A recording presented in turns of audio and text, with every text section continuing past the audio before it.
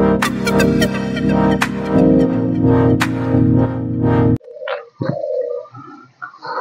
students, তোমালোকৰ কাৰণে এটা ইনফৰমেশনে ধৰি লোৱা ইনফৰমেশন এটা লৈ আনিছো যে আমাৰ যেহেতু গম পালা এছএছএলসি আৰু এছএছৰ ৰিজাল্ট আমাৰ বিহু পিছতে দিব আশা কৰো সবৰে ভালে হৈছে এক্সাম বিলাক কিন্তু এটা কথাটো হল কি যদিহে আমাৰ গ্ৰেছ মাৰ্কস আমি পাও সাপোজ এছএছএলসি এ হক বা এইচএস এ হক গ্ৰেছ মাৰ্কস যদি পাও আৰু সেই গ্ৰেছ মাৰ্কসে আমাক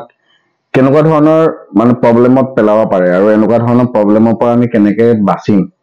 ফিউচাৰৰ কেনেকুৱা ধৰণৰ এক্সাম বিলাক দিয়াত আমি দিব নোৱাৰিম বা কেনেকুৱা ধৰণৰ এক্সাম আমি দিব পাৰিম ঠিক আছে বা গ্ৰেছ মাৰ্কসে আমাক কি ধৰণৰ প্ৰবলেম ক্ৰিয়েট কৰিব পাৰে তাৰ সলিউশন বিলাক আমি ডিসকাস কৰিবলৈ ইয়াত ট্ৰাই কৰিম মই ইয়াত এটা কথা তোমালোকক কৈ দিও গ্ৰেছ মাৰ্কস সাধাৰণতে কি হয় গ্ৰেছ মাৰ্কস দিয়াটো দিয়েই কিন্তু সাপোজ ধৰি লোৱা ফৰ এক্সাম্পল তোমাৰ 5খন পেপাৰ আছে 5খন পেপাৰ 4খন পেপাৰতে তুমি 80 প্লাস পাইছা 75 প্লাস পাইছা গতিকে 5 নম্বৰ পেপাৰখনত তোমাক কিন্তু গ্ৰেছ মাৰ্কস দি যে পাস ফৰ এক্সাম্পল যেনিবা মই কথাটো কৈছো যে তোমাৰ 5খন পেপাৰ আছে 5খন পেপাৰৰ 4খনত তুমি যেনিবা 80 প্লাস স্কোৰ কৰিছা বা 75 প্লাস স্কোৰ কৰিছা কিন্তু 5 নম্বৰ পেপাৰখনত তোমাৰ পাস কৰিব লাগে 30 তুমি পাইছা 20 কিন্তু 10 মাৰ্ক দি যে তোমাক 10 মাৰ্ক গ্ৰেছ দি পেলাই তোমাক যে পাস কৰিব তাৰ আশাটো একেবাৰে কম তাৰ আশা 5% মানহে আছে নিদিব পাৰে হেতু ফেইল হিচাপে ওলাব ঠিক আছে বা চান্সটো খুব কম আছে 5 মান গ্ৰেছ দিব তাতকৈ ওপৰত গ্ৰেছ নিদিয়ে গতিকে বুজি পাইছানে মই কি কলো যদিহে তোমাৰ মাৰ্কস বিলাক বিলো এভাৰেজ হৈ থাকে মানে যেনে তেনে পাস কৰা মাৰ্কসটো বা ধৰি লোৱা 30 35 40 তেনেকুৱা ৰেঞ্জত যদি আছে তেতিয়া তোমাৰ গ্ৰেছ মাৰ্কস তোমাৰ বেছি দিব এটা গ্ৰেছ মাৰ্কস চোৱা কোনবা এটা ষ্টুডেন্টে ধৰি লোৱা কোনবা এজন ষ্টুডেন্টে ফৰ এক্সাম্পল মই কৈছো দুজন ষ্টুডেন্ট আছে x আৰু y ঠিক আছে x ষ্টুডেন্ট জনে যেনিবা 4টা সাবজেক্টৰ 5টা সাবজেক্টৰ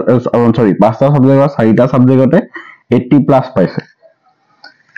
আৰু y ষ্টুডেন্টে যেনিবা ধৰি লোৱা 5টা ভিতৰত 4টা সাবজেক্টত কোনবা 30 পাইছে কোনবা 35 40 38 তেনেকে পাই আছে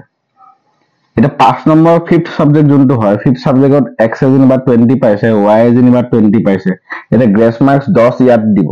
ইয়াক কিন্তু 10 নিদিয়ে বুজি পাইছা কথাটো কেলে কাৰণ তাৰ বাকি কিটাত 80 প্লাস হৈ আছে 10 নিদিয়ে তাত অলপ দিয়াটো দিব কিন্তু খুব কম দিবগে প্লাস ধৰি লও ম্যাক্সিমাম পাস দিব কাৰণ বাকি কিটা সাবজেক্ট 80 প্লাস পাই আছে মানে যদি তোমাৰ বাকি কিটা সাবজেক্টত বহুত ভাল হৈছে এটা সাবজেক্টত অলপ প্ৰবলেম হৈ গল তো হেইটো তোমাৰ অকমান গ্ৰেছ মাৰ্কস দিয়াত ইফেক্ট কৰিব বুজি পাইছানে কথাটো দিয়াটো দিব কিন্তু আশাটো বহুত কম আছে কিন্তু যদিহে তোমাৰ মাৰ্কসটো এনেকুৱা ধৰণৰ বিলো এভাৰেজ ৰেঞ্জতে থাকে তেতিয়া তোমাৰ গ্ৰেছ 10 লৈকে দিব পাৰে এতিয়া কথাটো হল কি সাপোজ যি নহক এটো ৰিজাল্ট দিলে গম পাবাই ক'ত কিমান গ্ৰেছ দিছে হিন গম পাবাই আৰু তো গ্ৰেছ মাৰ্কস যেতিয়া পোৱা হে গ্ৰেছ মাৰ্কস পালে প্ৰবলেম ক'ত ক্ৰিয়েট হয় ক্লাস 10 ৰ হক বা ক্লাস 12 ৰ ষ্টুডেন্ট খিনিৰ কথা কৈছো গ্ৰেছ মাৰ্কস পালে প্ৰথম কথা যদি ক্লাস 10 ৰ পৰা তুমি ক্লাস 11 লৈ যোৱা প্ৰথম কথা তুমি এখন ভাল ইনষ্টিটিউট বা ভাল কলেজ এখনত এডমিশন লোৱাৰ অকমান প্ৰবলেম এটা হৈছে কাৰণ প্ৰতিখন কলেজে কি কৰে এটা নিৰ্দিষ্ট কাট অফ ৰাখে সায়েন্স ষ্টুডেন্টৰ কাৰণে আৰ্টস ষ্টুডেন্টৰ কাৰণে কমাৰ্চ ষ্টুডেন্টৰ কাৰণে এটা ডেফিনিট কাট অফ এটা ৰাখে প্ৰথম কথা ডিজায়াৰ্ড সাবজেক্ট এটা ধৰিলা তুমি ম্যাথছ আৰু সায়েন্সত আজিকালিতো সবৰে দিয়ে ম্যাথছ আৰু সায়েন্সত ফৰ এক্সাম্পল তুমি ক্লাস 10 ৰ গ্ৰেছ মাৰ্কস পাই গলা তোমাক সায়েন্সত তোমাৰ কি হ'ব যদি তুমি ইচ্ছা কৰা সায়েন্সত তো সাধাৰণতে সায়েন্সত তেতিয়া লবলে সাধাৰণতে দিয়া নহয় কিছুমান কলেজৰ অফাৰ নকৰে কিছুমান কলেজে দি দিয়ে আৰু হেতু বেলেগ কথা কিন্তু যদি হেম তোমালোকৰ এটা সাজেষ্টটো কৰিম যদি ক্লাস 10 ত তুমি ম্যাথছ আৰু সায়েন্সত গ্ৰেছ মাৰ্কস পাইছা পৰাপক্ষত তুমি হিউম্যানিটিজ সেকশনটোলৈ যাবলৈ ট্ৰাই কৰিবা কাৰণ হিউম্যানিটিজ সেকশনতো বহুত স্কোপ আছে মানুহে এনে কয় স্কোপ নাই বুলি হিউম্যানিটিজ সেকশনতো বহুত স্কোপ ঠিক আছে তো যদি ম্যাথছ আৰু সায়েন্সত গ্ৰেছ মাৰ্কস পা হেকা মানে যিকোনো সাবজেক্টত যদি তুমি গ্ৰেছ মাৰ্কস পা গ্ৰেছ মাৰ্কসে কি কৰে পাসহে কৰাই দিয়ে বস্তু গ্ৰেছ মাৰ্কসে একচুয়ালি বস্তুটো পাৰ্সেন্টেজ নবহায় তুমি যদি 78 পাইছা 2 মাৰ্ক তোমাক গ্ৰেছ নিদিয়ে 80 পাবৰ কাৰণে গ্ৰেছ মাৰ্কস বস্তুটো তাত এপ্লাই নহয় গ্ৰেছ মাৰ্কস বস্তুটো যদিহে তোমাৰ পাস কৰা মাৰ্কসতকে নম্বৰ কমি আছে তেতিয়া তোমাক গ্ৰেছ মাৰ্কছ দিব ঠিক আছে পাছ যদি অলৰেডি কৰি আছা তুমি গ্ৰেছ মাৰ্কছ নিদিয়ে ঠিক আছে তো সেই গ্ৰেছ মাৰ্কছ দিলে ক্লাছ 10 ৰ ষ্টুডেণ্টৰ বৰ বিশেষ এটা প্ৰব্লেম নহয় এইবাৰ যদি তোমালোকে সাপোজ ধৰি লোৱা কিছুমান ষ্টুডেণ্টে যেনিবা ক্লাছ 10 ত ফেইল কৰিলে তেওঁলোকৰ আকৌ ৰি এক্সাম হ'ব না এইবাৰ কৈছে না এইবাৰ মেট্ৰিকটো লাষ্ট বাৰ হ'ব বুলি কিন্তু চোৱা এটা কথা সাপোজ ইয়াত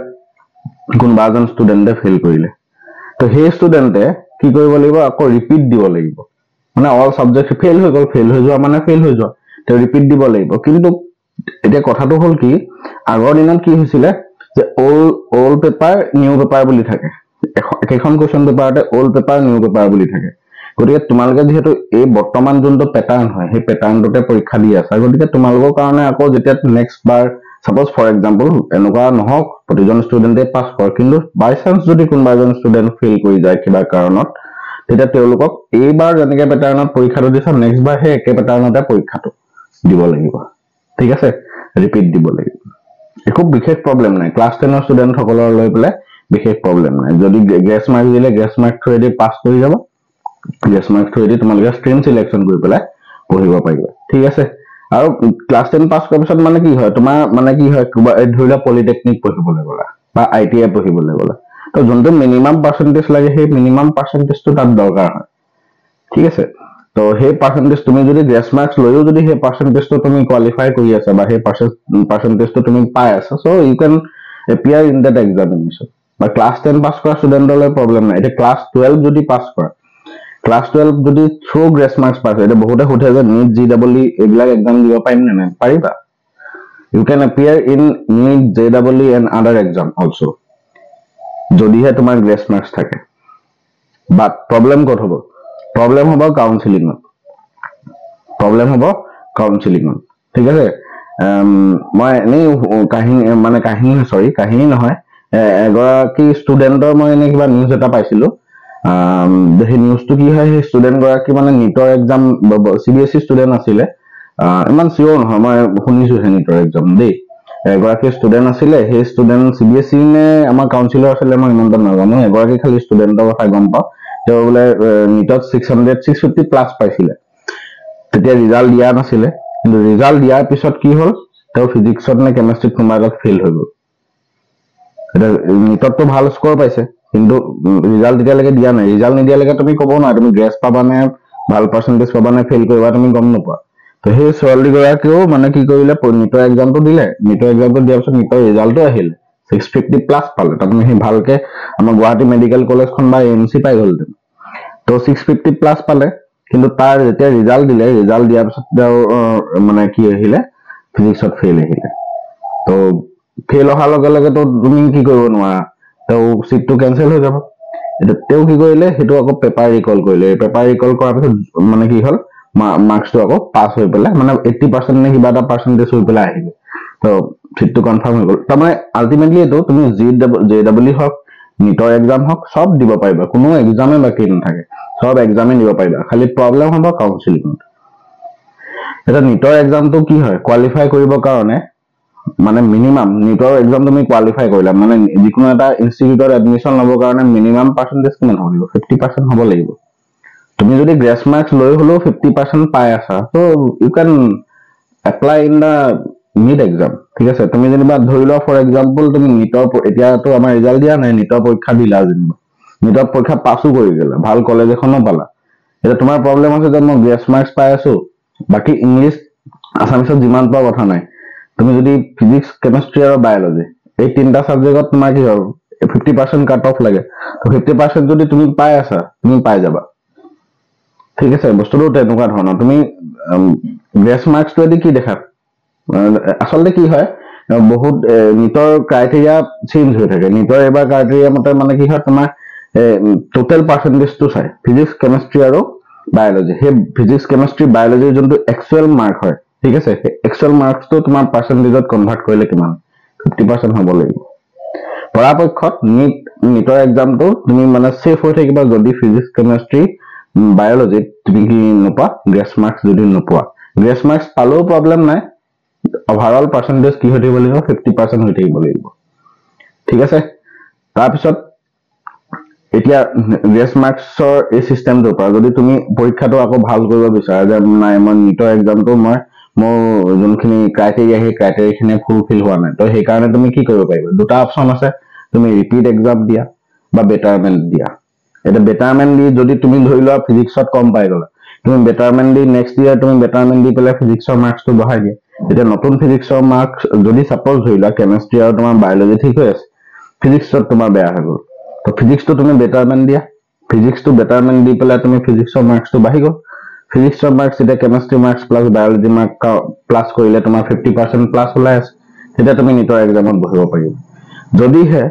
যদি তোমাৰ JEE কাৰণে জানা 75% লাগিব, গতিকে তোমাৰ ফিজিক্স কেমিষ্ট্ৰি মেথছত তোমাৰ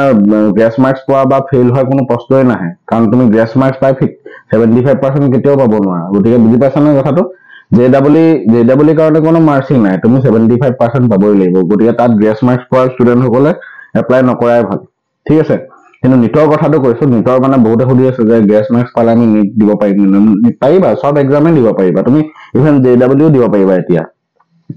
কিন্তু তুমি কাউন্সিলিঙত নোপোৱা যদিহে তুমি গ্ৰেছ মাৰ্কছ পোৱা। তো 75% লাগিব, ঠিক আছে। আৰু নিটৰ কাৰণে ইমান চিন্তা কৰিব নালাগে, নিটৰ খালি তোমাৰ PCB ফিজিক্স কেমিষ্ট্ৰি আৰু বায়'লজি তোমাৰ কি হৈ থাকিব লাগিব, 50% প্লাছ হৈ থাকিব লাগিব, লাগে তুমি গ্ৰেছ মাৰ্কছ দিয়ে পোৱা বা যেনেকে পোৱা।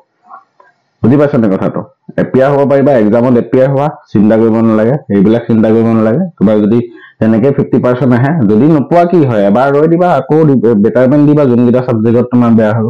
আকৌ ভালহে বেটাৰমেণ্ট দি পেলাই তুমি এবছৰ সময় পাবা নিটৰ কাৰণে পঢ়িবৰ কাৰণে, লৰালৰি নহয়, ভাল স্ক'ৰহে পাবা। গতিকে সেইটো মই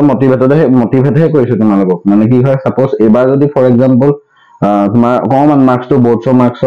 মাৰ্কছ কমি আহিলে, ত' নিটত তুমি কোৱালিফাই কৰিলা, ঠিক আছে। ত' নেক্সট বাৰ তুমি কি কৰিবা, ছাবজেক্ট কেইটা ভাল কৰিবা,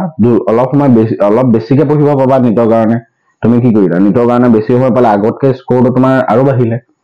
বুজি পালা? তুমি আগতে যদি তুমি যিকোনো এখন জেনেৰেল কলেজ এখনত পাইছিল, তেতিয়া তুমি এইটো চলৈকে টাৰ্গেট কৰিব পাৰিবা। কথাটো তেনেকুৱা, অলপ মানুহে দূৰদৰ্শী হ'ব লাগে, তেতিয়া বস্তুবিলাক মানে যোনটো ফেইলাৰত যোনটো পেইন হয়, আৰু ফেইলাৰ ইজ দ্য কি অফ ছাকচেছ দেই। তোমালোকে এবাৰ ফেইল হলেই বা এবাৰ ফেইলাৰ যেতিয়া পোৱা, তাতে ডিমটিভেট হ'ব নালাগে। ফেইলাৰ ইজ দ্য কি অফ ছাকচেছ। গতিকে লাহে লাহে বস্তুবিলাক হৈ থাকিব, ঠিক আছে। গ্ৰেছ মাৰ্কছ যোনখিনি পোৱা, গ্ৰেছ মাৰ্কছ পোৱা ষ্টুডেণ্টসকলকো মই এটা ছাজেষ্ট কৰিম, যদি তোমালোকে বাই চান্স এইবাৰ পৰীক্ষাত গ্ৰেছ মাৰ্কছ পোৱা, তোমালোকে আকৌ পৰাপক্ষত যদি তোমাৰ এনেকুৱা ধৰণৰ কিবা ড্ৰিম এক্সাম আছে, যদি দিম বুলি ভাবা, তোমালোকে আকৌ এবাৰ কি কৰি ল'বা, যোনকেইটা ছাবজেক্টত গ্ৰেছ পোৱা, মানে ফিজিক্স কেমিষ্ট্ৰি, ইংলিছৰ কথা নাই বাৰু, ইংলিছত যদি বা ইংলিছ আছামিছত যদি তুমি গ্ৰেছ পোৱা সেইটো বেলেগ কথা, কিন্তু PCB বা M physics chemistry maths biology সিহঁতৰ এইবিলাকত যদি মানে অকল ফিজিক্স কেমিষ্ট্ৰি মেথছ বায়'লজি নহয়, বাকী তোমাৰ চায়েন্সৰ কমাৰ্চৰ ষ্টুডেণ্ট সকলেও হওক বা আৰ্টছৰ ষ্টুডেণ্ট, যোনকেইটা ছাবজেক্ট দৰকাৰ হয় কিবা এটা এক্সামৰ কাৰণে, সেইকেইটা ছাবজেক্টত তুমি যদি গ্ৰেছ পোৱা, তোমালোকক মই ছাজেষ্ট কৰিম আকৌ এবাৰ এক্সামটো দি পেলাই পাৰ্চেণ্টেজটো বঢ়াই লোৱা, বেটাৰমেণ্ট দি দিবা। বেটাৰমেণ্ট দি দিলে পাৰ্চেণ্টেজটো ইনক্ৰিজ হয়। গতিকে সেইটোৱে তোমাৰ পিছৰ যোনবিলাক এক্সাম হয়, এক্সামবিলাক কোৱালিফাইড কৰা বা এক্সামবিলাকৰ কাউন্সিলিঙত, বিশেষকৈ তুমি এক্সাম পাছ কৰি যাবা চিনিবা, কিন্তু কাউন্সিলিঙত তোমাৰ প্ৰব্লেম হৈ যাব, ঠিক আছে। তো যোনখিনি যিকোনো এটা এক্সামৰ কাৰণে যোনটো মিনিমাম পাৰ্চেণ্টেজ দৰকাৰ হয়, সেই পাৰ্চেণ্টেজটো তোমালোকে যেনে তেনে ট্ৰাই কৰিব, মানে কি ল'বলৈ ট্ৰাই কৰা, ঠিক আছে। এতিয়া ধৰি লোৱা তোমাৰ ফিজিক্স মেথছ বহুত ভাল, ফিজিক্স কেমিষ্ট্ৰি বহুত ভাল হৈ গ'ল, বায়'লজি কমি গ'ল, বা বায়'লজি কেমিষ্ট্ৰি ভাল হৈ গ'ল, ফিজিক্স কমি গ'ল, তুমি গ্ৰেছ মাৰ্কছ দি পাছ কৰি গ'লা যেনিবা। তো অভাৰঅল তোমাৰ কি হ'ব লাগিব, নিটৰ কাৰণে 50% থাকিবই লাগিব। এক্সামটো দিয়া, ইমান চিন্তা কৰিব নালাগে, ঠিক আছে। ৰিজাল্ট দিবই। আৰু স্কুটিৰ কথাও কৈ দিছো, স্কুটি এবাৰ কৈ দিলে নহয়, গম পালা 80% লাগিবই। গতিকে 80% পোৱা ছাত্ৰ ছাত্ৰী যোনে ভাবিছা 80% পাম বুলি, এইটো ফাইনেল আৰু দেই, এইটো ফাইনেল হৈ গ'ল। 80% যোনে ভাবিছা পাম বুলি, তেওঁলোকে স্কুটিৰ কাৰণে সাজু হৈ থাকিবা। যেতিয়া এপ্লাই কৰাৰ অপশ্যন আহিব, মই তোমালোকক জনাই থাকিম। এইখিনিয়ে আছিলে, পঢ়া শুনা কৰি থাকা। জয় অসম।